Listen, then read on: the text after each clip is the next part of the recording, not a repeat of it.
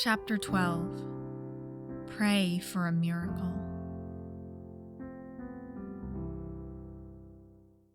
Dick stays in New York for a few days after the Titans' visit. Several of them are hanging around the city still, catching up individually. Dick's been bunking with him at June's. Tim comes over in the evening like he used to, though Lian is now downtown at her ballet school 4 nights a week, so it's just the older Wayne boys back at the flat most evenings that Dick's around. Jason's not sure if 4 nights a week is too much ballet for a 9-year-old, but he can hardly deny Lian the one thing that seems to cheer her up. The 3 brothers are all spread around the dining room doing their own work when footsteps pound up the stairs. Mozzie slams open the door to his apartment. "A duffel bag full of heads!" he shrieks. Jason groans and drops his face into his hands. "Yeah, Red," Tim crows from the couch. "A duffel bag full of heads." "Go fuck yourself," Jason mumbles, flipping off his younger brother and hiding under his arms on the table. No, he has a point." Dick joins in from the countertop. "A duffel bag full of heads." Mozzie stares slack-jawed at Jason's 2 current least favorite siblings. "Bruce Wayne is Batman?" He turns his wide eyes to Jason. "You're Jason Todd?" Dick and Tim have the gall to burst into hysterical laughter. Jason stands up and grabs his keys, striding for the door with a fake cheerful, "Nope, not fucking today."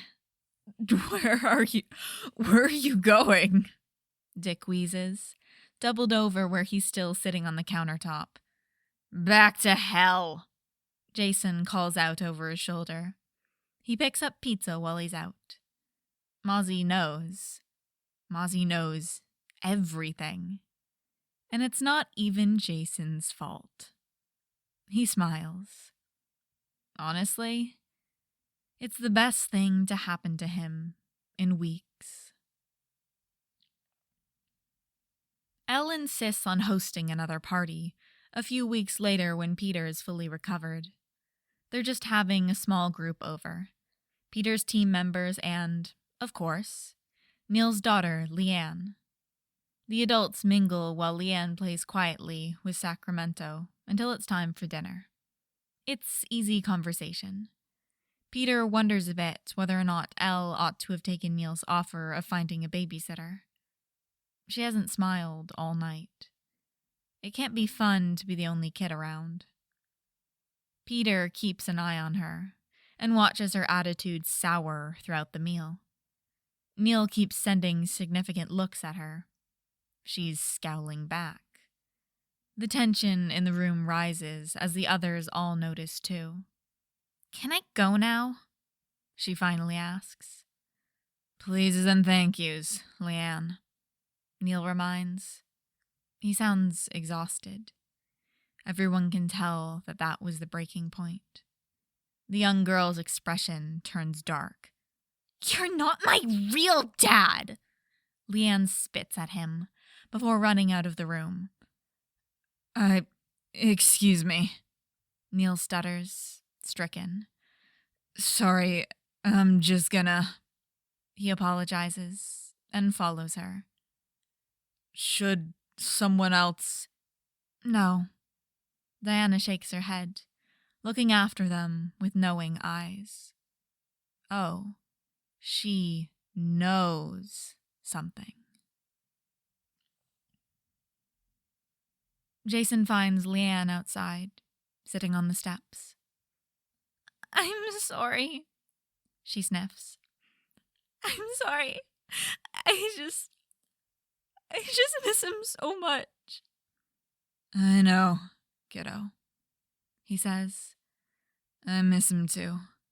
Every day. I should have let you stay home today. I'm sorry." "I don't want to go back inside." "Okay, Jason agrees. Let's go home then. I don't have any shoes. Lian sniffs, tears welling up again. We'll get them tomorrow, he promises, standing up. Come on, Little Red. I'll carry you. It's too quiet at home, with Lian going to school and ballet again. Jason hopes she's not working herself too hard. He sets down his book and stands up when he hears the stairs creak, followed moments later by semi-frantic rapping on his door. At least they're legally obliged to knock now, Jason mutters, and opens the door to a wide-eyed Diana. Christy just proposed to me, she announces. Jason blinks. Oh, congratulations, Jason offers. I don't know what to do. She glances around. I said yes, but now I don't know what to do. It only takes a moment to realize that she's not talking about wedding planning. Jason gestures her inside and starts the water for tea. All right. He passes her a cup a few minutes later, and they sit at the table. Talk through it.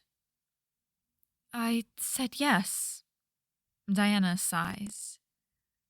But now, I don't actually know if I'm sure. I mean, you've been dating for years. Jason spoons sugar into his cup.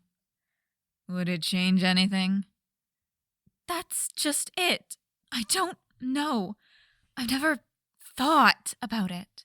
I never considered that it would even be an option. Come on, Dee. You're an agent. Think through it logically. What would change? What happens when people get married? They move in together. You and Christy already live together. They commit to each other for the rest of their lives. You've already been together for years. It's just... It seems like such a big step. It's only a big deal if you make it out to be one. I think a lifelong commitment is a pretty big deal. Are you planning to break up with her? He asks. 'Cause if you're not planning to break up with her someday, I'm pretty sure it means you intend to stay together for life. But if you don't want to get married, then don't. Just don't lead her on anymore if she's looking for a life partner and you've realized you're not. Diana sighs, nodding and drinking her tea. The kitchen descends into an almost pleasant silence. When did you get so wise to relationships anyways? Your last relationship began when you were a teenager.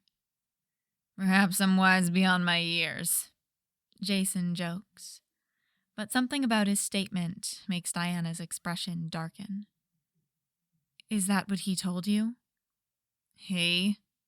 Jason repeats, confused. Lian's father, Roy Harper, Oliver Queen's adopted son, a man 6 years your senior. Jason scowls. An age that hardly matters, since he's dead. What happened to, oh, Neal is a criminal, he's obviously doing bad stuff all the time.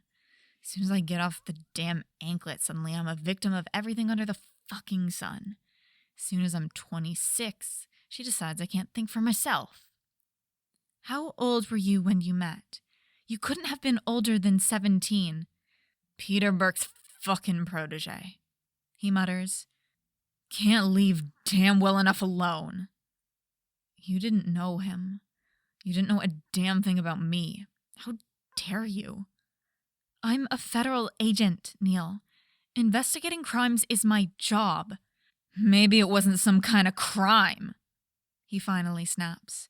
Maybe I don't need saving. Maybe there are things in the world you can't swoop in and fix with an FBI badge, Diana.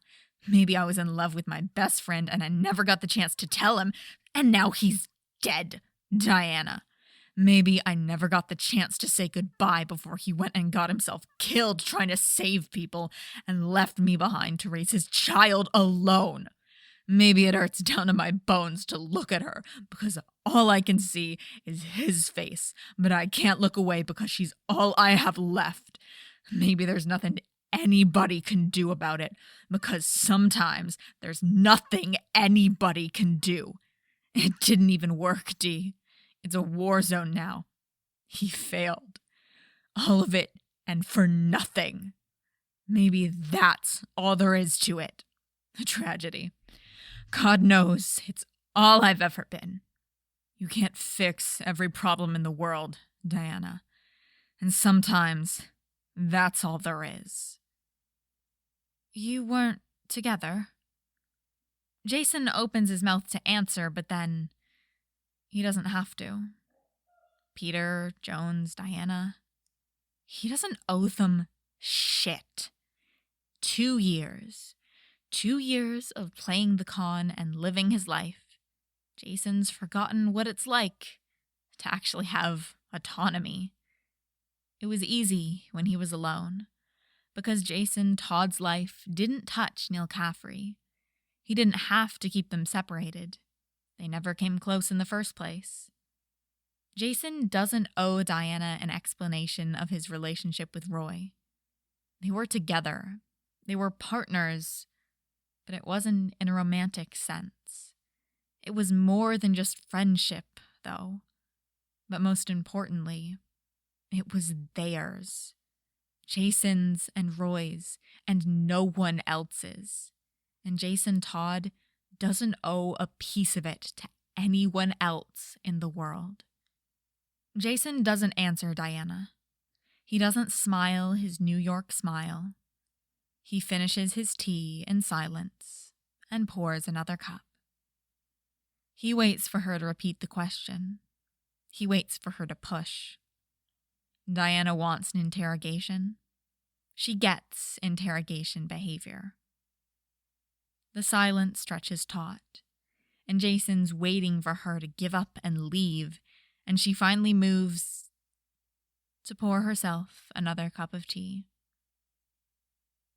I haven't heard about Giselle, Diana says after a sip. Lian's seen a lot of ballets. How did she like New York compared to Paris or Moscow? Maybe he should give more credit to them.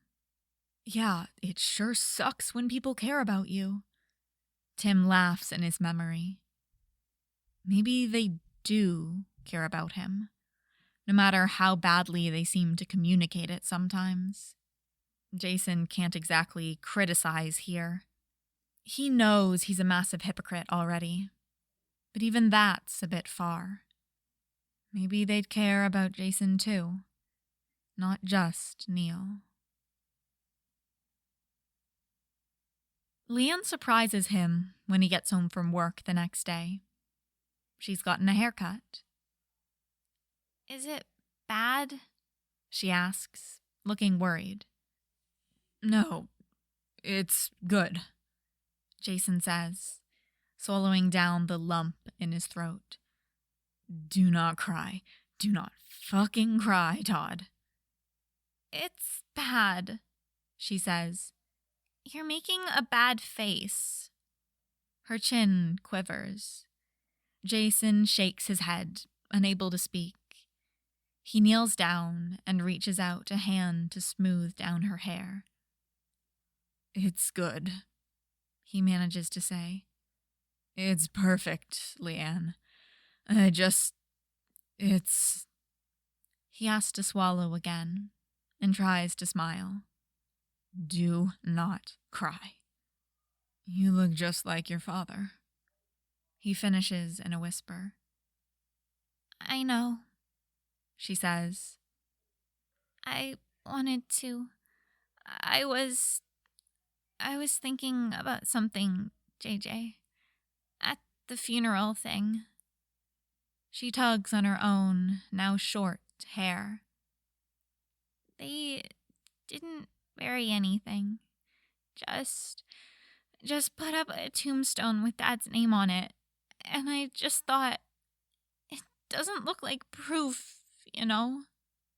She pauses, looking past him at the wall. He knows what she's looking at. Jay's hung Roy's hat by the door. It doesn't feel like he's really gone. And I was thinking about what you said, about how hope is for us, not the people we're hoping for. Can I still have hope, Jay? I know what they said about what they found, and I know, like, that in my brain that he isn't coming home. But I still don't want to have to give up.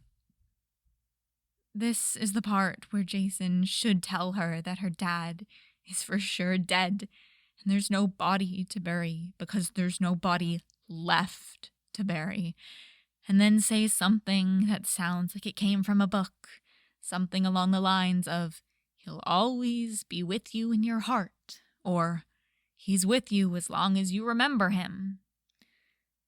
He doesn't. "Yeah," Jason says instead. "You can. Just don't let it consume you, waiting for him. You have to keep going with your life." "Do you think there's any chance?" "No," he tells her honestly. "I don't. But you're your own person, Lian. Don't let anybody tell you what to believe. If hope, no matter how irrational, is what keeps you going, then the important part is that you've kept going, no matter why." "Okay." She nods decisively. "That's what I'm gonna do, no matter why." "Jason?" June calls out, knocking briefly on his door. Lian is asleep in her room. "Come in," he calls out, turning off the sink and drying his hands. He's just finishing washing up after dinner. "I've got a letter for you," his landlady says. "If my memory for handwriting serves me correctly, it's from Alfred. I don't know how it got lost, but it seems it came a couple of weeks ago." "Thank you." He takes the letter carefully. "I'll leave you to it." She nods and takes her leave. Jason opens the letter carefully with a kitchen knife and begins to read. "Master Jason, my deepest condolences, dear boy, for the loss you have suffered, expected though it may have been. I am sure, in the coming weeks and months, that you will hear this sentiment offered many times. My own sympathy will be repeated, though silent, with each. I will, however, offer you something more, as one who has also found himself in a not dissimilar situation to your own. The apparent caretaker to a grieving child. You cannot falter now, my boy. Lian is now your sole priority in life. You must be willing to set aside, as necessary, any other role you have played or occupied in order to fulfill your new highest calling. You have been grieving for months. It will continue. While you are no stranger to loss, you will find that this circumstance of such a bitter loss, having resulted in such a gain, will prolong it. It will be the heaviest burden you have thus far borne. You must bear it. You are, of your family, the best suited to carry the weight with which you have been saddled. I have the utmost faith in you, my dear boy. Chin up. Keep your head high. A. I tried Yoda ginger beer again, Jason says. He's retreated to the balcony. The last of the early summer sunset paints the sky across the river. You're wrong. It's just as spicy as old Jamaica. And it's the easiest to get. He stares out across the city, tracing the roof lines. I miss you. New Jersey is so close. just across the river. He could go. He could just go home. He could swim it. I was thinking about taking Lian west. Not to California. I figured she hasn't been to the big parks and stuff yet. We could take the I-90 all the way west, stop in Yellowstone and Glacier and stuff. I never took her to Spokane, but I think she should see it. God, the fact that you might really be up there. Jason's voice breaks. I'm glad it wasn't. I hope you didn't have a chance to know. It was bad, having enough time to know. Manhattan glitters like the tears that are filling his eyes. It's a clear night. He can just barely see a couple of lights in the sky. Stars or satellites. Doesn't matter. Damn it, Roy. His breath hitches. You're still the only one who can make me cry. I'm sorry. He continues, finally breaking down. I'm sorry, Roy. I'm sorry I couldn't save you. I'm so sorry. I would do anything if I could trade my life for yours, Roy. He cuts off with a sob. I love you. He confesses to the stars that have taken everything from him. How am I supposed to get up in the morning and keep going on without you? I don't want to do this without you. How am I supposed to wake up every day knowing that you're gone? How do you expect me to look at that little girl you left behind without breaking down just like this every time? She looks just like you. Damn it. I wish she looked like Jade. She has your smile. Please, Roy, wherever you are, please, I miss you.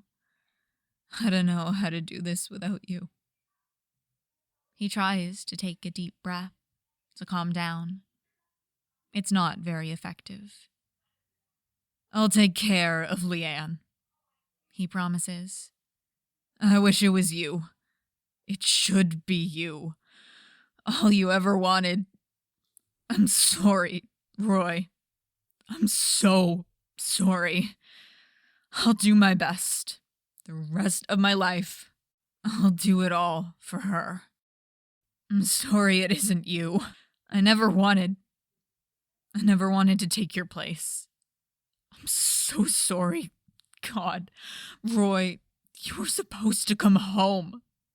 I'll love her for you. I'll give her everything we never had. I swear it, Harper.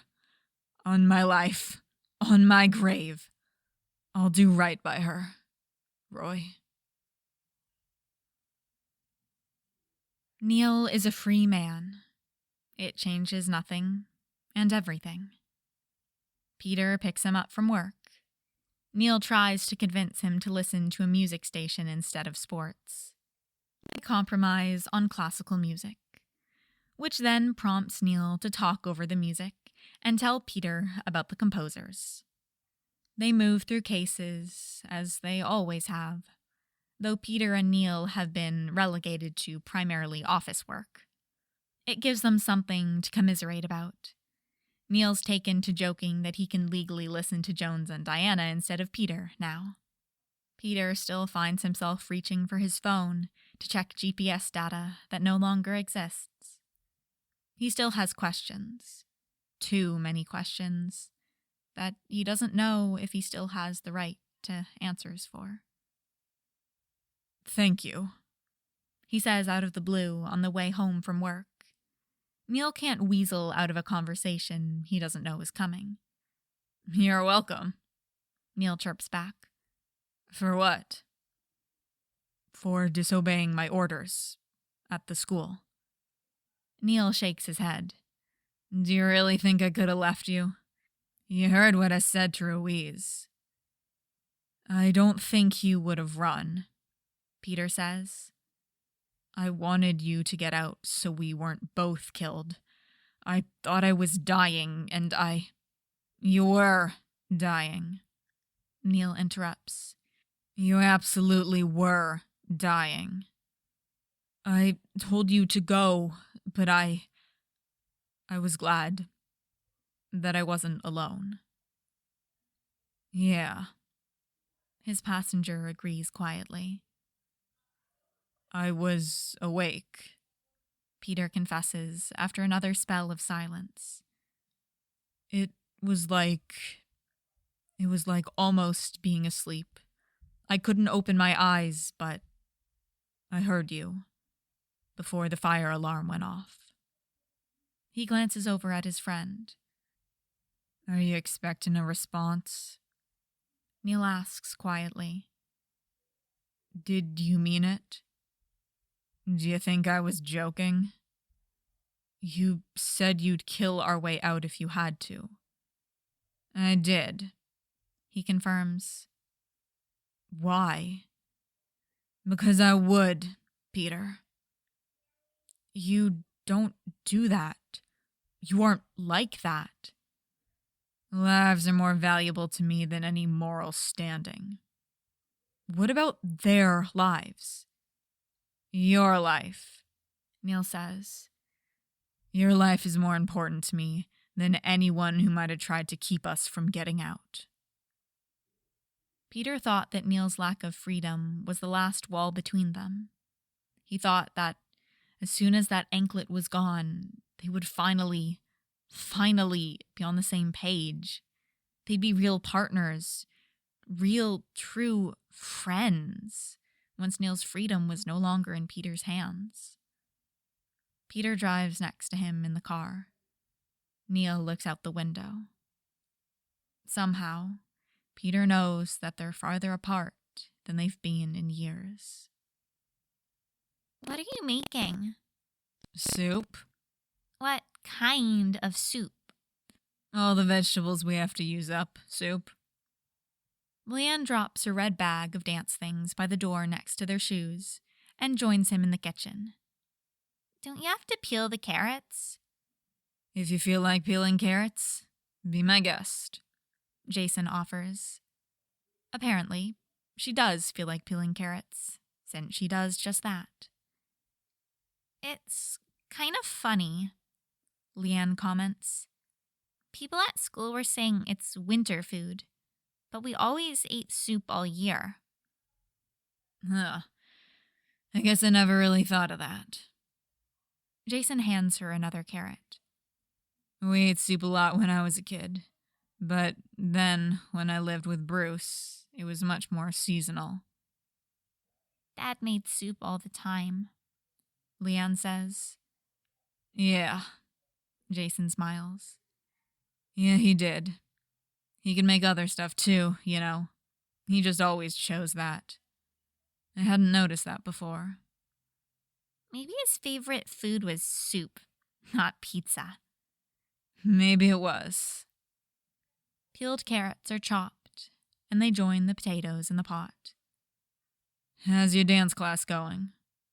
He asks as the vegetables boil, and he tosses other ingredients into the pot.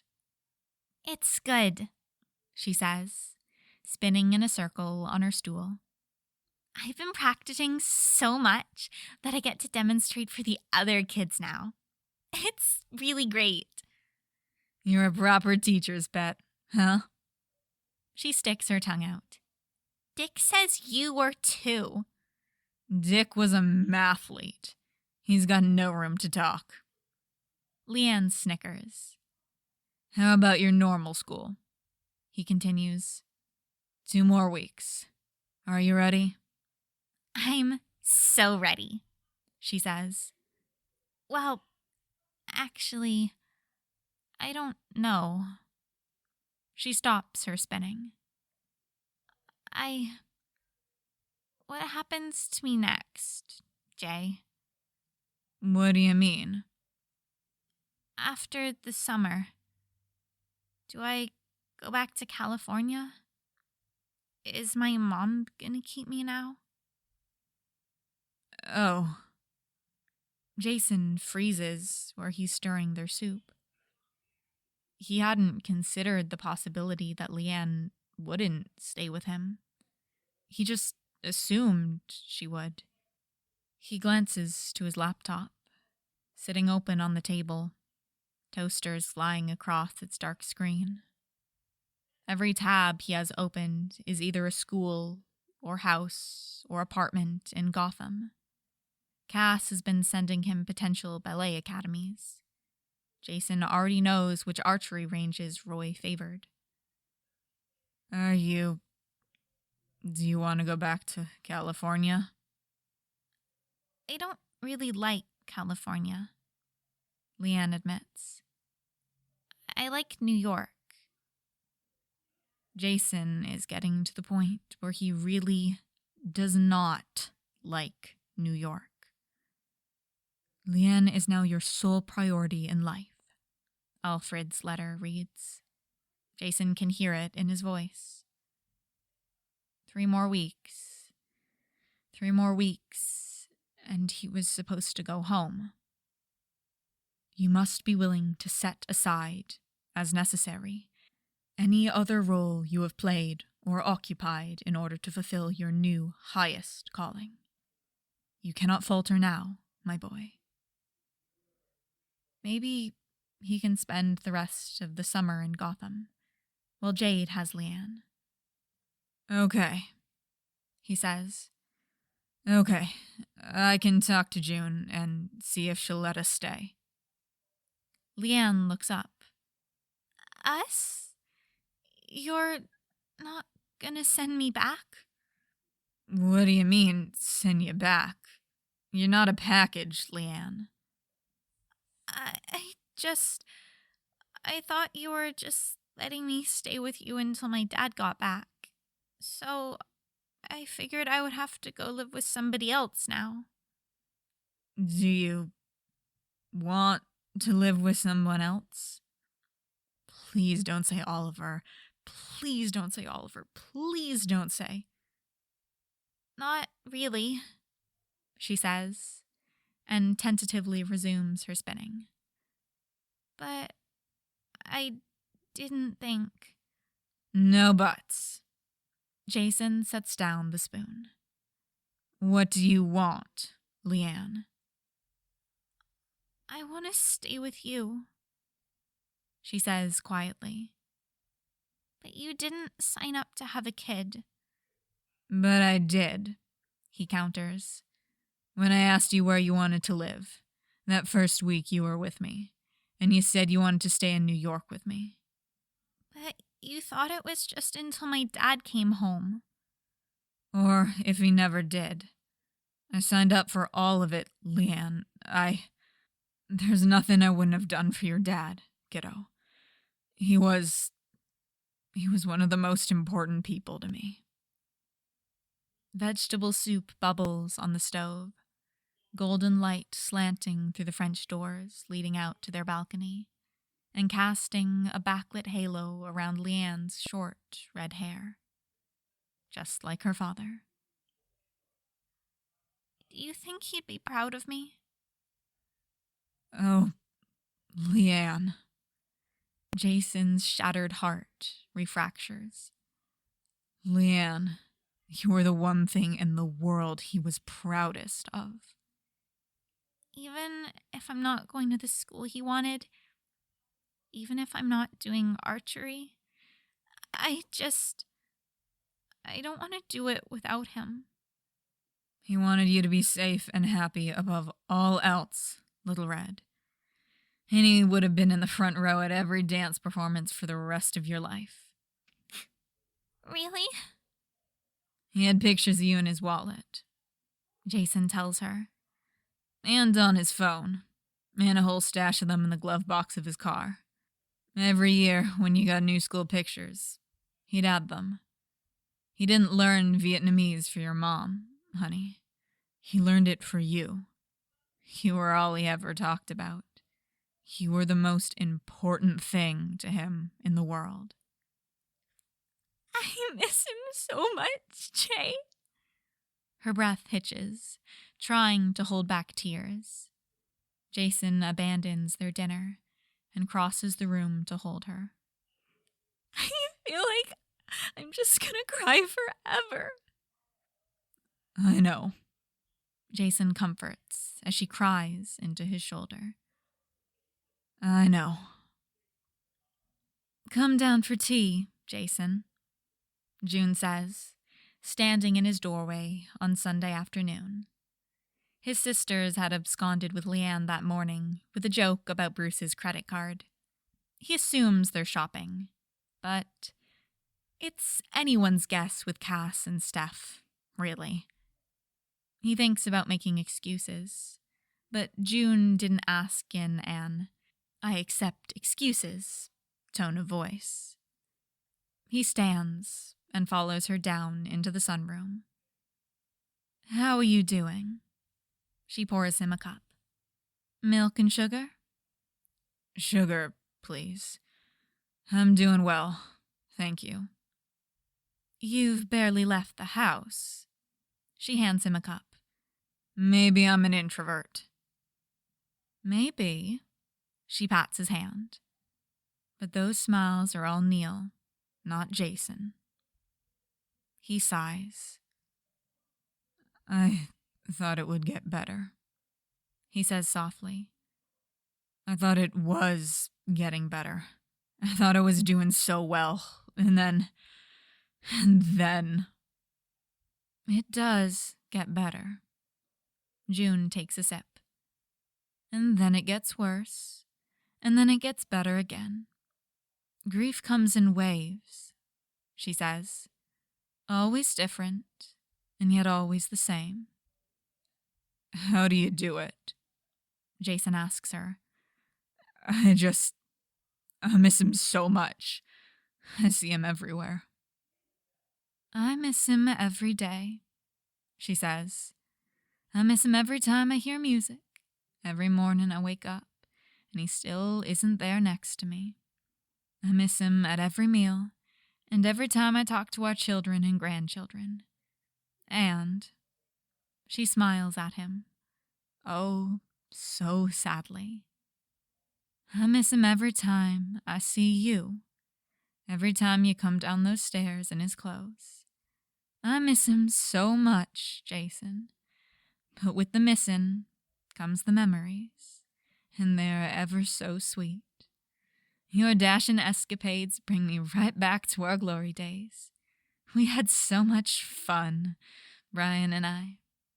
We had such fun. We had over half a century together, she says. We had our time.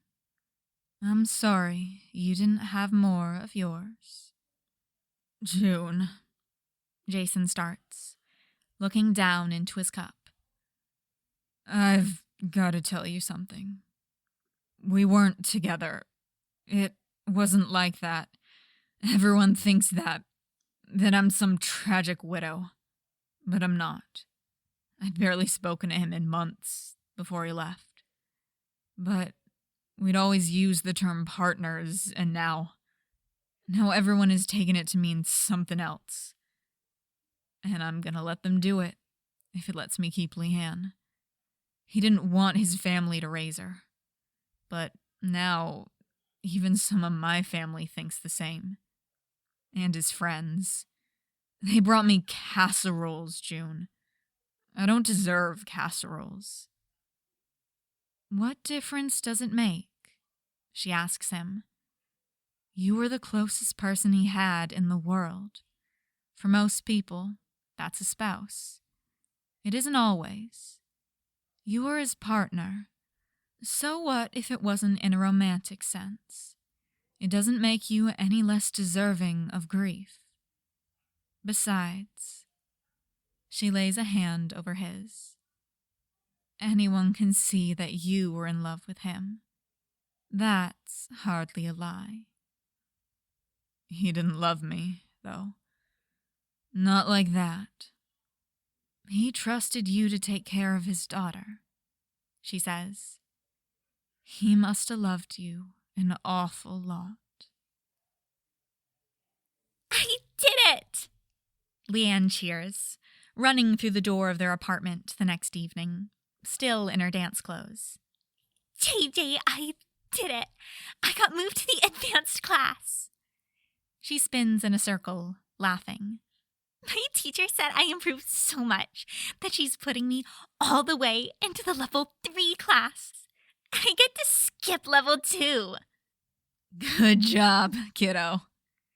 Jason picks her up and spins her around. No, I'm gonna get dizzy, JJ.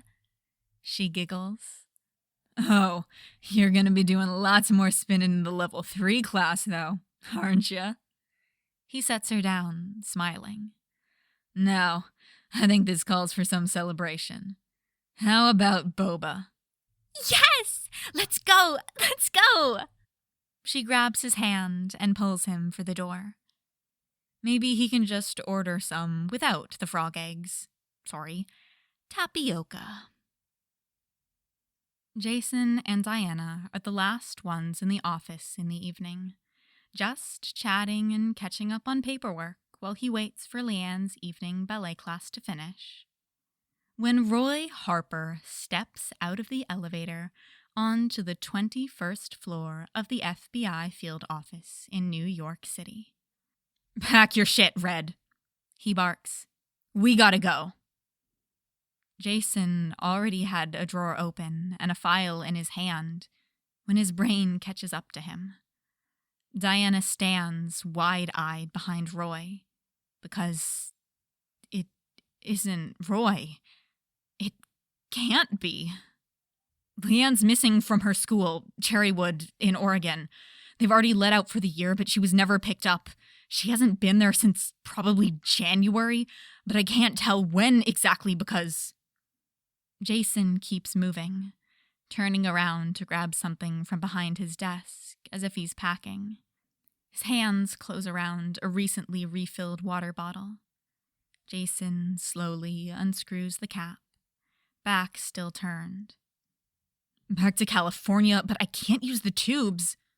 He turns and tosses the full contents of the bottle at the imposter, who sputters. What the fuck, dude? Roy Harper is dead, Jason states, ice cold.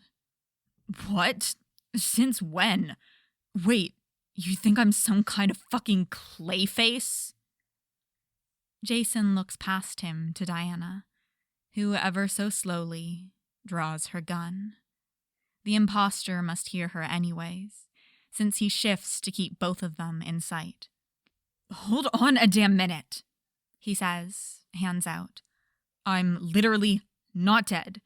Since when am I dead? What happened? What happened? Jason laughs a little hysterically. What happened? Believe me, that's all anybody would like to know. Who the fuck are you? Cut it out, Jay.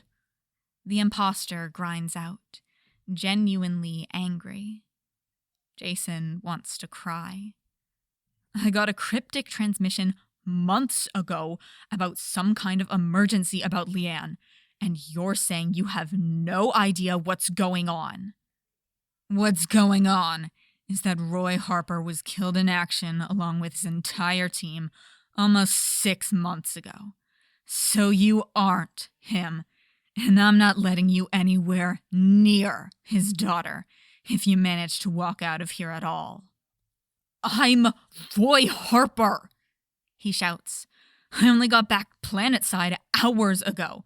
Nobody is answering my calls. I'm locked out of all our systems. Lian's been erased from her school records, and I know it was Jade, but she did it months after the first message, which, again, I cannot follow up on because nobody will fucking talk to me, and I'm locked out of all of our systems. What the hell more do you want from me, Red? Jason stares at him. It can't be.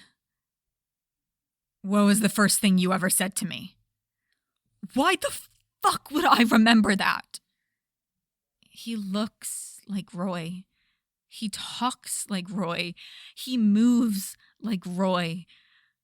It hurts.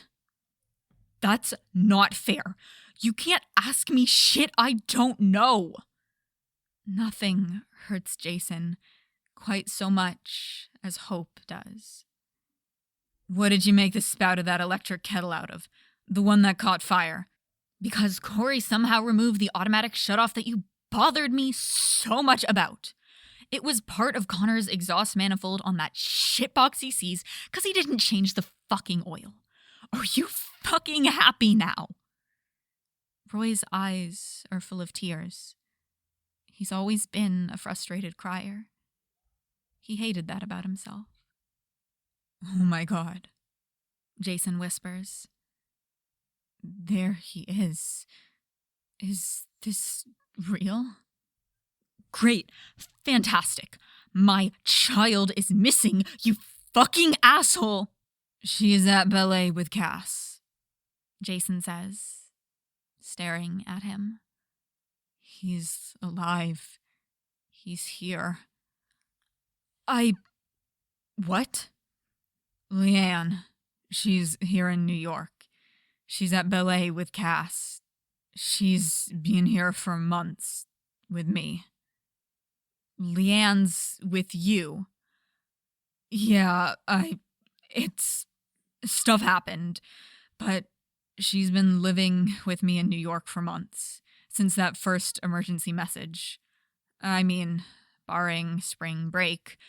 Jade took her for spring break, and some other weekends. But other than that, she's been with me the whole time. You took in my child? Jason shrugs with one shoulder. It may have slightly been a little bit of a kidnapping, but Jade was fine with it, and really, the only one with a problem was Ollie. Oh, Roy, I got in a huge fight with your dad. Roy crosses the distance between them in 2 strides, grabs his face, and kisses him. Jason short circuits. I'm in love with you, Roy says, pulling back but not letting go. Oh, Jason says. He thinks he might be in shock. That's good, 'cause I gaslit your entire family and all your friends into thinking we were together so they would let me keep Lian. Roy laughs. He's here. He's real. He's alive. He kissed me. Jason bursts into tears and hits him on the arm. You motherfucking piece of shit bastard. I thought you were dead, Harper. Pots and kettles, Jaybird. Roy laughs. Can you take me to Lian now? You're alive. Jason steps back and takes his hand. He's still crying. If you want, I can fly. Sap, Roy says fondly, and pulls him into the elevator. The level 3 class is hard. Lian stands up straight in her new light blue leotard and uses everything her parents and aunts and uncles have taught her to keep up with the other kids who are years ahead of her in experience. She's not worried, though. She's determined. She's Lian Harper.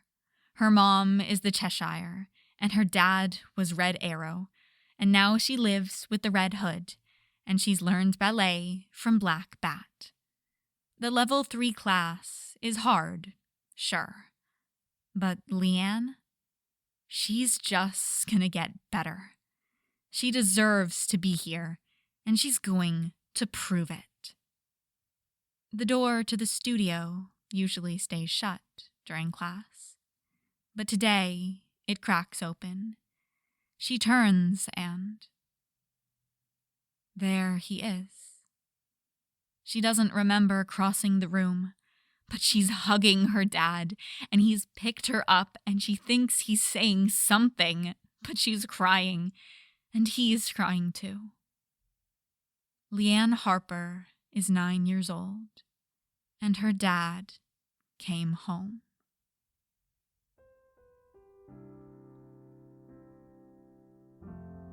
And that is it for this fic. That ending, it fucking gets me. I'm pretty sure at the start of this, I clarified maybe, or at least, this doesn't have major character death tag. It has happy ending and presumed dead as a tag. But literally, when I was reading this the first time, I had to keep double checking as we got closer to the end, because it really seems like he's fucking dead. So for any of you who were getting a little bit scared, no, do not worry, we are safe. But that's kind of why I love this fic so much. It really, it delves into grief and stuff and moving on when someone's dead, but it still has that happy ending. And I don't think I've ever read a fic that does this so well. Really, it's really amazing, and this fic really means a lot to me, and I had to podfic it. This is so long, and I hope you guys have all enjoyed all of this, which, should lead me to let you guys know that there is actually more. There is more. This is the first fic in a series, and the sequel fic directly after. It's not finished. It is 4 chapters out of 6, and it last update was a while ago. But those 4 chapters are 50,000 words, and I have not read it because, I don't know, after I read this first one, I was knocked on my ass, and I think the other fic only had 1 or 2 chapters maybe, and I could not deal with a cliffhanger ending at the time. But I'm very excited personally to read the next fic. I probably won't podfic it. This was a massive undertaking. But yeah, if you guys are wanting more, there is that. I'm gonna keep rambling on about this fic for a little longer because I love it so much. So just fair warning. And for anyone who is gonna drop out now, make sure you do go to the original and leave a kudos and a comment. You better do it. I am in your walls. Anyway, more to me talking about how much I love this fic for anyone who's also dead inside but in a good way and rolling around on the floor after this whole experience. But yeah, I think this was the fic that really made me love Jason as a character, because I don't know how I got into the white collar corner of the Batman fic fandom space. I still have never watched White Collar the show, and have only experienced it through crossover fics basically. But it's this fic just made me love Jason, and Lian is I don't think I'd ever read a fic with her in it, period, before this. And the relationship between Jason and Lian is genuinely, I think, so well written. In a lot of fics, there's the tendency to just gloss over a lot of stuff, smooth it over. Why do people like each other? They do. Why are they close? They are, because that's not the focus of the fic or whatever. It's not that important, or, the amateur authors don't really have the skills to make it happen. I know I don't really, and is hard. But this fic, it does not just smooth it all over.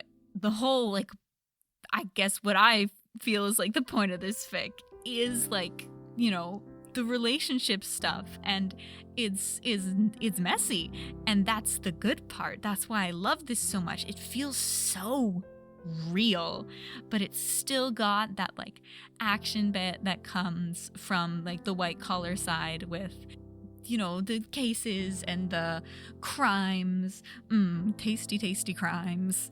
But like that part is really fun, and it like carries on the story, like keeps the momentum, or it is the momentum and all that. So things about like heavy focusing on the relationship side of things don't get stale, because it's just so well put together, and it really helps like bring up all of that stuff with Jason and all his emotions and all the family feels of this. It does such a great job. I love it so. Not sure when I am gonna read the sequel. I said a while ago it was updated. It was only like a couple of months ago, and with the chapters being so long, that's actually not that long ago. But I have loved rereading this fic for all of you guys in PODFIC form. No, yeah, I think the reason I decided to podfic it was because I was like, it's about time to reread this fic, and I don't really reread a lot of fics ever, honestly, but except when there's one that's like really, really just something about it takes me, and it just becomes an experience I remember. And so this was one of those, because I got that thought and I was genuinely going to be like, oh, let me just sit down and reread it. But then I had a thunk. I had a little thought. If I'm going to reread it anyway, why don't I just reread it out loud in podfic form? And I was just so happy when the author responded and gave me permission to podfic this. It really has been an experience. On the side of the podficking experience, I'm so silly. This is a long fic, and I don't know what the white collar like characters sound like. I've had so many tabs open of YouTube of clips to try to get voices, but unlike me being smart for another long fic, not this long, it was the Avatar one, it's like decently long, I recorded snippets of my voices for characters so I could go back and, you know, like listen to those, but for this one I didn't. So I've had YouTube tabs open, I've had to like Control F on previous chapters to find when a character spoke and then go back into my recordings, find approximately where that is, like in respect to the length of the fic, how much it scrolled through, and then the length of the audio, and try to find it so I can listen to it again to try to get a similar voice. I was silly, and I noticed that I didn't do it properly like halfway through, but literally I was like, I'm halfway through, I'm not gonna do it now because I don't know. I'm stubborn, I guess.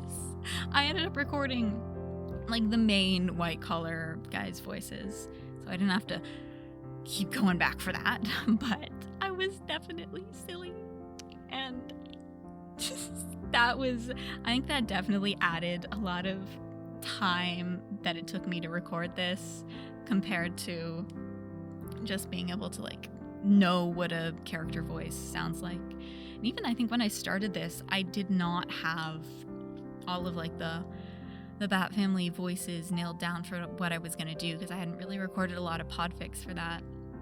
And I was trying to capture that Jason voice that one podficker, I think I mentioned in the first chapter, does, that I really like the Jason voice. I don't remember if the voice I do now is actually the same voice I did at the beginning, because I think I changed it as I found my groove, where my like natural voice sits best to fit kind of the image I have of it. And I'm not great at accents. I'm not great at enunciating in the first place. Doing it through accents is kind of hard. I hope I didn't like mess this up or ruin it for too many people with the voices I did. I love voices. I really, really love doing voices and listening to podfics with voices. So it's worth it anyway for me personally, because this is how I like to do things and this is how I learned to do it better.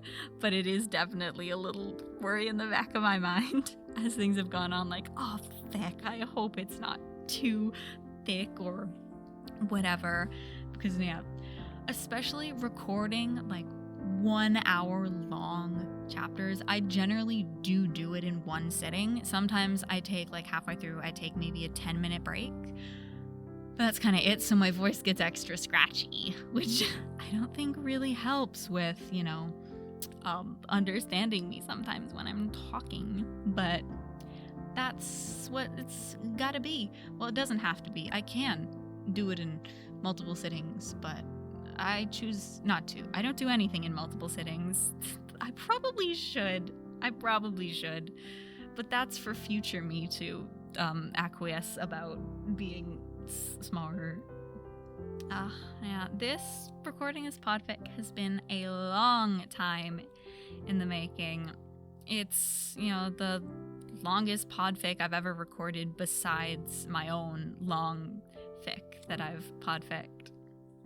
And I've really, really enjoyed re-experiencing this amazing fic in PODFIC for all of you guys to carry along. Because there's just something about, I don't know, like the atmosphere and vibe and everything about the characters of this fic that just really, really resonates with me. I'm not sure if it will do the same for you. Everyone's different, but this fic is really special to me, and I'm so glad that I got to PODFIC it. And yeah, if any of you guys are still here at the end of my rambles, I thank you guys for sticking around for this whole thing. And as always, link to the fic is in the description. As always, go leave a kudos, go leave a comment, whatever you can. I am sure the original author appreciates it. Anyway, that is all for this time. I will see you guys next time.